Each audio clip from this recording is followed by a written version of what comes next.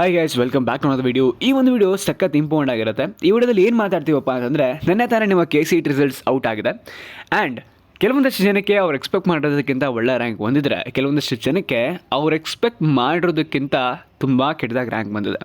And ರಿಪೀಟರ್ಸ್ಗಂತೂ injustice ಆಗಿದೆ ಅಂತ ನೀವು ಮಾತಾಡ್ತಾ ಇದ್ದೀರಾ. ಅದರಲ್ಲಿ ಹಿಂದೆ ಆಗಿರೋ ಕರೆಕ್ಷನ್ ಮೆಥಡ್ ಏನು ಅಂತ ನಾನು ಇವತ್ತು ಹೇಳ್ಕೊಡ್ತೀನಿ. ಆ್ಯಂಡ್ ದೆನ್ ಅದ್ರ ಜೊತೆಗೆ ಕೆಲವೊಂದಷ್ಟು issues with respect to results. ಏನಪ್ಪ ಅಂತಂದರೆ, ರಿಸಲ್ಟ್ಸೇ ಬಂದಿಲ್ಲ ಕೆಲವೊಂದಷ್ಟು ಜನಕ್ಕೆ. ಅದು ಯಾವ ಕಾರಣಕ್ಕೆ ಬಂದಿಲ್ಲ, ಏನಕ್ಕೆ ಇಟ್ಕೊಂಡಿದ್ದಾರೆ, ಆ್ಯಂಡ್ ಏನೇನು ಮಾಡಬೇಕು ನೀವು ಬರಬೇಕು ಅಂತಂದರೆ ಇದ್ರ ಬಗ್ಗೆ ಎಲ್ಲ ಕಂಪ್ಲೀಟ್ ಇನ್ಫಾರ್ಮೇಷನ್ ವಿಡಿಯೋದಲ್ಲಿ ತಿಳಿಸ್ಕೊಡ್ತೀನಿ.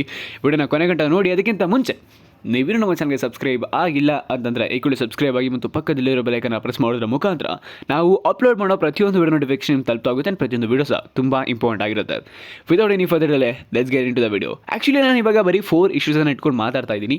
ಅಕಸ್ಮಾತ್ ನನ್ನ ಕಣ್ಣಿಗೆ ಇನ್ನೂ ಜಾಸ್ತಿ ಇಶ್ಯೂಸ್ ಕಂಡು ಬಂತು ಅಂತಂದರೆ, ನೀವು ಫೇಸ್ ಮಾಡ್ತಿರ್ತಕ್ಕಂಥದ್ದು ಆಯಿತಾ, ನಿಮಗೆ ಕನ್ಫ್ಯೂಷನ್ ಇದ್ದು ಏನಾದರೂ ಅದನ್ನು ನಾನು ಇನ್ಸ್ಟಾಗ್ರಾಮಲ್ಲಿ DM ಮಾಡಿ, ನಾನು ಅದನ್ನು ಅಕಸ್ಮಾತ್ ನೋಡಿದ್ರೆ ಅದ್ರ ರಿಲೇಟೆಡ್ ವಿಡಿಯೋನ ನಾನು ಇನ್ಸ್ಟಾಗ್ರಾಮಲ್ಲೇ ಪೋಸ್ಟ್ ಮಾಡ್ತೀನಿ ಆಯಿತಾ.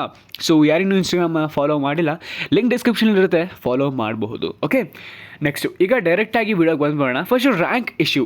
ರ್ಯಾಂಕ್ ಇಶ್ಯೂ ಏನೇನಾಗಿದೆ ಅಂತಂದರೆ, ಇಲ್ಲಿ ರ್ಯಾಂಕ್ ಸಂಬಂಧಪಟ್ಟ ಹಾಗೆ ಫಸ್ಟ್ ಬಂದುಬಿಟ್ಟು ನಾನು ಎಲ್ಲರಿಗೂ ಪ್ರಿಯಾರಿಟಿ ವೈಸ್ ನೋಡ್ಕೊಂಡು ಹೋಗ್ತೀನಿ ಆಯಿತಾ. ಫಸ್ಟ್ ಬಂದುಬಿಟ್ಟು ರ್ಯಾಂಕ್ ಕೆಲವೊಂದು ಜನಕ್ಕೆ ಬಂದಿಲ್ಲ ಆಯಿತಾ. ಏನಕ್ಕೆ ಬಂದಿಲ್ಲ ಅಂತಂದರೆ, ಗೈಸ್ ಏನು ಗೊತ್ತಾ, ನೀವು CBSE ಅಥವಾ ICSE ಆಗಿರ್ತೀರ ಆಯಿತಾ. ನಿಮಗೆ ಮಾರ್ಕ್ಸ್ ಎಂಟರ್ ಮಾಡೋಕ್ಕೆ ಅವ್ರು ಚಾನ್ಸ್ ಕೊಟ್ಟಿದ್ರು, ನೀವು ಮಾರ್ಕ್ಸ್ ಎಂಟರ್ ಮಾಡಿಲ್ಲ, ಮರ್ತೋಗ್ಬಿಟ್ಟಿದ್ದೀರಾ ಆಯಿತಾ. ಸೊ ಆ ಕಾರಣದಿಂದಾಗಿ ನಿಮಗೆ ರ್ಯಾಂಕ್ ಈಗ ಬಂದಿಲ್ಲ. ನಿಮಗೆ ರ್ಯಾಂಕ್ ಬರಬೇಕು ಅಂತಂದರೆ ಏನು ಮಾಡಬೇಕು ಅಂತಂದರೆ, ನೀವು ಫಸ್ಟ್ ಈಗೇನು ಮಾಡೋಕ್ಕಾಗೋದಿಲ್ಲ. ನೀವು ವೆಯ್ಟ್ ಮಾಡಿ, ಅವ್ರು ನಿಮಗೊಂದು ಮತ್ತೆ ಆ ಪೋರ್ಟಲ್ನ ಆ್ಯಕ್ಟಿವೇಟ್ ಮಾಡ್ತಾರೆ. ಆವಾಗ ಹೋಗಿ ನಿಮ್ಮ ಮಾರ್ಕ್ಸನ್ನು ಎಂಟರ್ ಮಾಡಬೇಕಾಗುತ್ತೆ. ದಯವಿಟ್ಟು ಆಗ ಮಿಸ್ ಮಾಡ್ಕೊಂಬಿಡಿ, ನಿಮ್ಮ ಮಾರ್ಕ್ಸನ್ನು ಎಂಟರ್ ಮಾಡಿ, ಆವಾಗಷ್ಟೇ ನಿಮಗೆ ರ್ಯಾಂಕ್ ಬರ್ತಕ್ಕಂಥದ್ದು. ಅಕಸ್ಮಾತ್ ನೀವೇನಾದರೂ ಮಾರ್ಕ್ಸ್ ಎಂಟರ್ ಮಾಡಲಿಲ್ಲ ಅಂತಂದರೆ ಆವಾಗಲೂ ರ್ಯಾಂಕ್ ಬರೋದಿಲ್ಲ. ನಿಮಗೆ ರ್ಯಾಂಕ್ ತಡೆ ಹಿಡಿದಿರುವ ಕಾರಣ ಇದೇನೆ. ಆ್ಯಂಡ್ ಕೆಲವೊಂದಷ್ಟು ಜನ ಇನ್ನೊಂದು ಮಿಸ್ಟೇಕ್ ಮಾಡ್ಕೊಂಡ್ಬಿಟ್ಟಿದ್ದಾರೆ. ಏನು ಅಂತಂದರೆ, ನೀವು ಸ್ಟೇಟ್ ಬೋರ್ಡ್ ಆಗಿರ್ತಾರೆ, ಆದರೆ CBSE ICSE ಅಂತ ಕೊಟ್ಟಿರ್ತಾರೆ, ನಿಮಗೆ ರ್ಯಾಂಕ್ ಬಂದಿರೋದಿಲ್ಲ ಆಯಿತಾ. ಈ ಕೇಸು ತುಂಬ ಸೆನ್ಸಿಟಿವ್ ಆಗಿರುತ್ತೆ. ಇದಕ್ಕೆ ಏನು ಮಾಡಬೇಕು ಅಂತ ಸೀರಿಯಸ್ಲಿ ನನಗೆ ಗೊತ್ತಿಲ್ಲ ಆಯಿತಾ. ನೀವು KE ಕಾಂಟ್ಯಾಕ್ಟ್ ಮಾಡಬೇಕಾಗುತ್ತೆ. ಆ್ಯಂಡ್ KE ಪೀಪಲ್ ತುಂಬ ಲೇಸಿ ಪೀಪಲ್, ಅವ್ರು ನಿಮ್ಮ ಕಾಲ್ನ ರಿಸೀವ್ ಮಾಡೋದಿಲ್ಲ. ಪದೇ ಪದೇ ಕಾಲ್ ಮಾಡ್ತಾನೆ ಇರಿ, ನಿಮಗೆ ಬೇಜಾರಾಗೋವರೆಗೂ, ಅವ್ರು ಎತ್ತೋವರೆಗೂ ಆಯಿತಾ. ಆದಮೇಲೆ ಮೇಲ್ ಹಾಕಿ ಅವ್ರಿಗೆ. ಇದೆಲ್ಲ ಮಾಡಿ ಒಂದಲ್ಲ ಒಂದು ಕಡೆ ಕನೆಕ್ಟ್ ಆಗ್ತಾರೆ ನೀವು KE ಜೊತೆ. ಸೊ ಡಿಸ್ಕಸ್ ಮಾಡಿದ್ರ ಬಗ್ಗೆ ಆ್ಯಂಡ್ ದೆನ್ ಸೊಲ್ಯೂಷನ್ನ ತೊಗೊಬೇಕಾಗತ್ತೆ ನೀವು. ಇಲ್ಲಾಂದರೆ ರ್ಯಾಂಕ್ ಬರೋದೆಲ್ಲ 1 ವರ್ಷ ಕಾಯಬೇಕಾಗುತ್ತೆ, ಮತ್ತು ನೀವು CET ಬರೋದಕ್ಕೆ ಅಥವಾ ಮ್ಯಾನೇಜ್ಮೆಂಟಿಂದ ಹೋಗಬೇಕಾಗತ್ತೆ.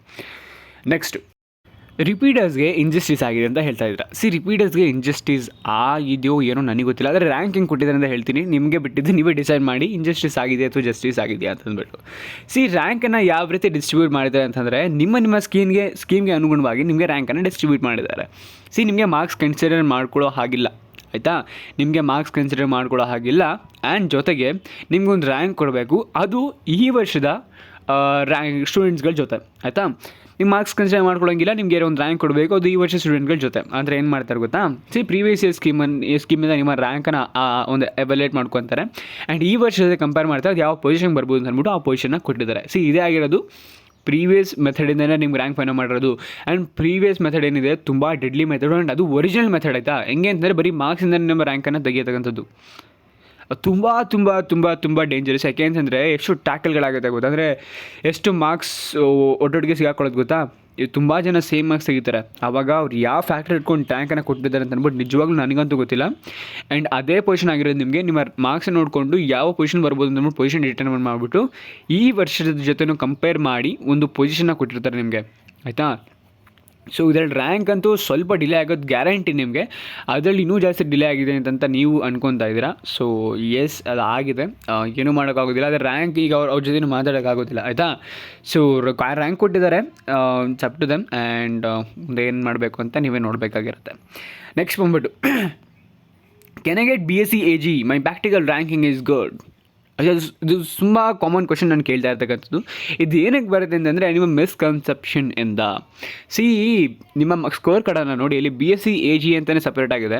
AG BSc ಅಂತಲೇ ಒಂದು ಸಪ್ರೇಟ್ ಆಗಿದೆ. ಇನ್ನೊಂದು BSc AG ಪ್ರಾಕ್ಟಿಕಲ್ಸ್ ಅಂತ ಒಂದು ಕಾಲಮ್ ಸಪ್ರೇಟ್ ಆಗಿದೆ ಆಯಿತಾ. BSc AG ಪ್ರಾಕ್ಟಿಕಲ್ ಏನಿದೆ, ಇದು BSc AGಗೆ ಸಪೋರ್ಟಿವ್ ಆಯಿತಾ. ಸಪೋರ್ಟಿವ್ ಅಷ್ಟೇ. ಇದು BSc AG ನಿಮಗೆ ಸಿಗೋದಿಲ್ಲ. BSc AG ಸಿಗಬೇಕು ಅಂತಂದರೆ ನಿಮ್ಮ ರ್ಯಾಂಕಿಂಗು 2,000 to 3,000 ಒಳಗಡೆ ಇರಬೇಕು. ಆ್ಯಂಡ್ ನಿಮ್ಮ ಪ್ರಾಕ್ಟಿಕಲ್ ರ್ಯಾಂಕಿಂಗು 100 ಒಳಗಡೆ ಇದ್ದರೆ ಆರಾಮಾಗಿ ಸಿಕ್ಕೋಗ್ಬಿಡುತ್ತೆ. ಆ್ಯಂಡ್ ನಿಮ್ಮ ಕ್ಯಾಸ್ಟ್ ಏನಾದರೂ ಹೆಲ್ಪ್ ಮಾಡ್ತಾ ಇದ್ದರೆ ನಿಮಗೆ ಸ್ವಲ್ಪ ಮಟ್ಟಿಗೆ ಅಂದರೆ ST ಈ ಕ್ಯಾಸ್ಟ್ ಏನೋ ಇತ್ತು ಅಂತಂದರೆ ನಿಮ್ಗೆ ಅಪ್ ಟು ಒಂದು 8,000 ಗಂಟ ಇದ್ದು BSc AG ranking and BSc practical ranking ಒಂದು 1,000 1,500 ಗಂಟ ಇದ್ರೂ ನಿಮಗೆ ಸೀಟ್ ಸಿಗುತ್ತೆ. ಈ ಒಂದು ಕೇಸಲ್ಲಿ ತುಂಬ ಕಡಿಮೆ ಸೀಟ್ ಸಿಗತಕ್ಕಂಥದ್ದು. ಯಾಕೆ ಅಂತಂದರೆ ಇವಾಗ SC ST ಕ್ಯಾಟಗರಿಯಲ್ಲೂ ಕಾಂಪಿಟೇಷನ್ ತುಂಬ ಜಾಸ್ತಿ ಆಗಿಬಿಟ್ಟಿದೆ ಆಯಿತಾ. ಅಲ್ಲೂ ತುಂಬ ಓದೋರು ಇದ್ದಾರೆ ಆಯಿತಾ. ನಿಮ್ಮ ಪ್ರಿಯಾರಿಟಿ ಇರಬಹುದು, ಆದರೆ ಕಟ್ ಆಫ್ ಮೇಲೆ ಡಿಪೆಂಡ್ ಆಗುತ್ತೆ. ನಿಮ್ಮ ಸೀನಿಯರ್ಸು ಜೂನಿಯರ್ಸು ನಿಮ್ಮ ಕಾಂಪಿಟೇಟರ್ಸ್ ಒಳ್ಳೆ ರ್ಯಾಂಕನ್ನು ತೊಗೊಂಡಿದ್ರೆ ನಿಮ್ಮ ಕ್ಯಾಸ್ಟಲ್ಲಿ ನಿಮ್ಗೆ ಅದು ಏಟ್ ಆಗುತ್ತೆ. ಸೊ ಯಾರೂ ಕನ್ಫ್ಯೂಸ್ ಆಗಬೇಡಿ. ನಿಮ್ಮ ಪ್ರಾಕ್ಟಿಕಲ್ ರ್ಯಾಂಕಿಂಗಿಂದ ನಿಮಗೆ ಅಗ್ರಿ ಸೀಟ್ ಸಿಗೋದಿಲ್ಲ. ನಿಮ್ಮ BSc AG ಮತ್ತು BSc ಪ್ರಾಕ್ಟಿಕಲ್ ಎರಡು ಮಿಕ್ಸ್ ಆಗಿ ನಿಮಗೆ ಅಗ್ರಿಕಲ್ಚರ್ ಸೀಟ್ಸ್ ಸಿಗತಕ್ಕಂಥದ್ದು. ಸೊ ಇದನ್ನು ತಲೆಯಲ್ಲಿ ಜ್ಞಾಪಕ ಇಟ್ಕೊಳ್ಳಿ ಆ್ಯಂಡ್ ದೆನ್ ಯಾರು ಇದನ್ನು ಮರಿಬೇಡಿ ಅಂತ ಹೇಳ್ತಾ ನೆಕ್ಸ್ಟ್ ಟಾಪಿಕ್ಗೆ ಹೊಂಟೋಗ್ಬಿಡ್ತೀನಿ. ದಟ್ ಈಸ್ ನನಗೆ ಗುಡ್ ಇಂಜಿನಿಯರಿಂಗ್ ಕಾಲೇಜ್ ಸಿಗುತ್ತಾ, ನಂದು ರ್ಯಾಂಕ್ 50,000 ಮೇಲ್ಗಡೆ ಇದೆ, ಸಿಗತ್ತೆ ಆಯಿತಾ. ಗುಡ್ ಇಂಜಿನಿಯರಿಂಗ್ ಕಾಲೇಜ್ ಸಿಗುತ್ತೆ, ಆದರೆ ಇಲ್ಲೂ ಕೆಲವೊಂದಿಷ್ಟು ಕ್ಲಾಸ್ಗಳಿರ್ತವೆ. ನಿಮ್ಮ ಕ್ಯಾಸ್ಟ್ ಏನಾದರೂ SC STಗೆ ಸಂಬಂಧಪಡ್ತಿದ್ರೆ ನೀವು ಎದುರ್ಕೊಳ್ಳೋ ಹಾಗಿಲ್ಲ. ನಿಮ್ಗೊಂದು ಒಳ್ಳೆ ಇಂಜಿನಿಯರಿಂಗ್ ಕಾಲೇಜ್ ಸಿಗುತ್ತೆ, ಆದರೆ ಬ್ರ್ಯಾಂಚ್ ಸಿಗೋದಿಲ್ಲ. ಬ್ರ್ಯಾಂಚ್ ಸ್ಪೆಸಿಫಿಕ್ಕಾಗಿ ಹೇಳ್ತಾರೆ, ನಾನು ಬ್ರ್ಯಾಂಚ್ ಸಿಗೋದಿಲ್ಲ. ಬ್ರ್ಯಾಂಚ್ ಸಿಗಬೇಕು ಅಂತಂದರೆ ಒಂದು ಗುಡ್ ಅಥವಾ ಆವ್ರೇಜ್ ಕಾಲೇಜಲ್ಲಿ ಸಿಗುತ್ತೆ. ನಿಮಗೆ CSC ಸಿಗುತ್ತೆ ಒಂದೊಳ್ಳೆ ಬ್ರ್ಯಾಂಚ್. ಬೇರೆ ಕ್ಯಾಟಗರಿಗೆ ಬರೋದಾದರೆ ನಿಮಗೂ ಸಹ ಸಿಗುತ್ತೆ, ಆದರೆ ಬ್ರ್ಯಾಂಚ್ ಸಿಗೋದಿಲ್ಲ. ಕಾಲೇಜ್ ಸಿಗೋದಿಲ್ಲ, ಬ್ರ್ಯಾಂಚ್ ಸಿಗುತ್ತೆ. ನಾನು ಹೇಳ್ತೀನಿ, ಬ್ರ್ಯಾಂಚ್ ಸ್ಪೆಸಿಫಿಕ್ಕಾಗಿ ಹೋಗಬೇಡಿ, ಕಾಲೇಜ್ ಸ್ಪೆಸಿಫಿಕ್ಕಾಗಿ ಹೋಗಿ ಅಂತಂದ್ಬಿಟ್ಟು ನೀವು ನಿಮ್ಮ ರೀಜನಲ್ಲಿರತಕ್ಕಂಥ ಅಟ್ಲೀಸ್ಟ್ Tier 2 ಕಾಲೇಜ್ಗಾರು ಟ್ರೈ ಮಾಡಿ. Tier 2 ಕಾಲೇಜಲ್ಲಿ ಯಾವುದಾದ್ರೂ ಬ್ರ್ಯಾಂಚನ್ನು ಸೆಲೆಕ್ಟ್ ಮಾಡ್ಕೊಳ್ಳಿ. ಹಂಗಂತ ಹೇಳ್ಬಿಟ್ಟು ಸಿವಿಲ್ ತೊಗೊಂಬೇಡಿ. ಸಿವಿಲ್ ಬಿಟ್ಟು ಬೇರೆ ಯಾವ ಬೇಕಾದ್ರೂ ತೊಗೊಳ್ಳಿ. ನೀವು ಹುಡುಗರಾಗಿದ್ದರೆ ಮೆಕ್ಯಾನಿಕಲ್ಗೆ ಬೇಕಾದರೂ ಹೋಗಿ. ಆ್ಯಕ್ಚುಲಿ ಹುಡುಗಿರು ಹೋಗ್ತಾರೆ ಮೆಕ್ಯಾನಿಕಲ್ಗೆ, ಆ್ಯಂಡ್ ನಾನು ಅದನ್ನು ಸಜೆಸ್ಟ್ ಮಾಡೋದಿಲ್ಲ. ಜಾಬ್ ಆಪರ್ಚುನಿಟೀಸ್ ಇರ್ತವೆ, ಆದರೂ ಸಜೆಸ್ಟ್ ಮಾಡೋದಿಲ್ಲ. ನಾನು ಮೆಕ್ಯಾನಿಕಲ್ಗೆ ಹೋಗ್ತೀನಿ, IT ಶಿಫ್ಟ್ ಆಗ್ತೀನಿ, ಎಲ್ಲರೂ ಮಾಡೋದು ಮೆಕ್ಯಾನಿಕಲ್ ಮಾಡಿಬಿಟ್ಟು ಐ ಟಿ ಜಾಬ್ಸೇ ಮಾಡೋದು ನೀವು ಆಯಿತಾ. ಆದರೆ ನಿಮ್ಮ ಒಂದು ಏನಿರುತ್ತೆ ಫೀಲ್ ಬರುತ್ತೆ ಆ ಒಂದು ಬ್ರಾಂಚ್ಗೆ ಹೋದಾಗ. ನನ್ನ ಬ್ರಾಂಚ್ಗೆ ಸಂಬಂಧಪಟ್ಟಾಗ ನಾನು ಏನಾದರೂ ಮಾಡಬೇಕು ಅಂತಂದ್ಬಿಟ್ಟು ಆವಾಗ ಏನು ಮಾಡ್ತೀರಾ? ಸೊ ನಿಮ್ಮ ಮೈಂಡ್ ಡೈವರ್ಟ್ ಆಗಬಾರ್ದು ಅಂತ ಅನ್ನೋ ಕಾರಣಕ್ಕೆ ನೀವು ಸೆಲೆಕ್ಟ್ ಮಾಡೋ ಬ್ರಾಂಚು ಒಂದು ರೇಂಜ್ಗೆ ಇರಲಿ ಅಂತಂದ್ಬಿಟ್ಟು. ರ್ಯಾಂಕ್ ಪ್ರಿಯಾರಿಟಿ ಹೆಂಗಿರುತ್ತೆ ಗೊತ್ತಾ? CSಗೆ ಟಾಪ್ ನಾಚ್ ರ್ಯಾಂಕ್ ಇರುತ್ತೆ, ಆಮೇಲೆ ಇನ್ಫಾರ್ಮೇಷನ್ ಸೈನ್ಸ್ಗೆ ಇರುತ್ತೆ, ಆಮೇಲೆ ಎಲೆಕ್ಟ್ರಾನಿಕ್ ಆ್ಯಂಡ್ ಕಮ್ಯುನಿಕೇಷನ್ಗೆ ಇರುತ್ತೆ, ಆಮೇಲೆ ಎಲೆಕ್ಟ್ರಿಕಲು, ಆಮೇಲೆ ಮೆಕ್ಯಾನಿಕಲ್, ಆಮೇಲೆ ಸಿವಿಲು. ಹಿಂಗೆ ರ್ಯಾಂಕ್ ಕಡಿಮೆ ಆಗ್ತಾ ಬರೋದು. ಸೊ ಸಿವಿಲ್ ಮೆಕ್ಯಾನಿಕಲ್ಗೆ ಹತ್ತಿರ ಒಂದು ರ್ಯಾಂಕ್ ಸೇಮೇ ಇರುತ್ತೆ ಅಂತ ಅಂದ್ಕೊಳ್ಳಿ. ಆ್ಯಕ್ಚುಲಿ ಸಿವಿಲ್ಗೂ ಸ್ವಲ್ಪ ಜಾಸ್ತಿ ಇರುತ್ತೆ, ಮೆಕ್ಯಾನಿಕಲ್ಗೆ ಆಮೇಲೆ ಮೆಕ್ಯಾನಿಕಲ್ ಲಾಸ್ಟಲ್ಲಿ ಬರುತ್ತೆ. ಮೆಕ್ಯಾನಿಕಲ್ ಬ್ರಾಂಚ್ಗೆ ತುಂಬ ಕಟ್ ಆಫ್ ಇರುತ್ತೆ, ಜಾಸ್ತಿ ಕಟ್ ಆಫ್ ಇರುತ್ತೆ. ಸೊ ಮೆಕ್ಯಾನಿಕಲ್ ಬ್ರಾಂಚ್ಗೆ ಅಲ್ಲೋದ್ರೆ ಆಮೇಲೆ ಸಿವಿಲ್ ಬರುತ್ತೆ, ಆಮೇಲೆ ಎಲೆಕ್ಟ್ರಿಕಲ್, ಆಮೇಲೆ ಎಲೆಕ್ಟ್ರಾನಿಕ್ ಆ್ಯಂಡ್ ಕಮ್ಯುನಿಕೇಷನ್, ಆಮೇಲೆ ಇನ್ಫಾರ್ಮೇಷನ್ ಸೈನ್ಸ್, ಟಾಪಲ್ಲಿ ಬರತಕ್ಕಂಥ ಕಂಪ್ಯೂಟರ್ ಸೈನ್ಸ್ ರ್ಯಾಂಕ್. ಎಲ್ಲ ಕಾಲೇಜಲ್ಲೂ ಇದೇ ಥರ ಡಿಸ್ಟ್ರಿಬ್ಯೂಟ್ ಆಗ್ತಾ ಹೋಗಿರುತ್ತೆ.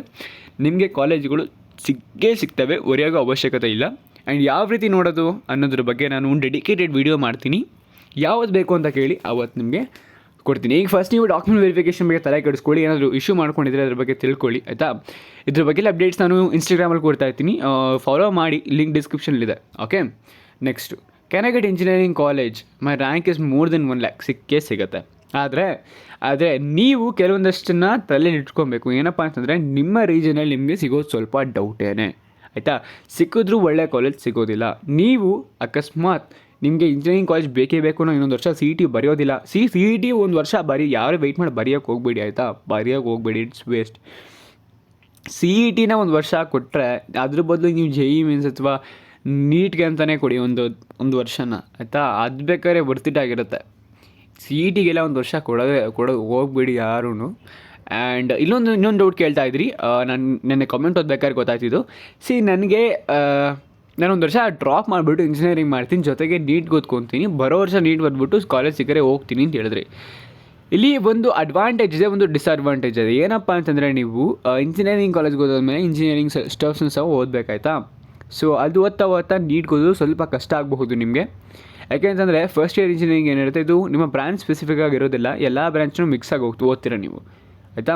ಸೊ 2 ಸೈಕಲ್ ಇರುತ್ತೆ, P ಸೈಕಲ್ ಮತ್ತು C ಸೈಕಲ್ ಅಂತ ಅಂದ್ಬಿಟ್ಟು.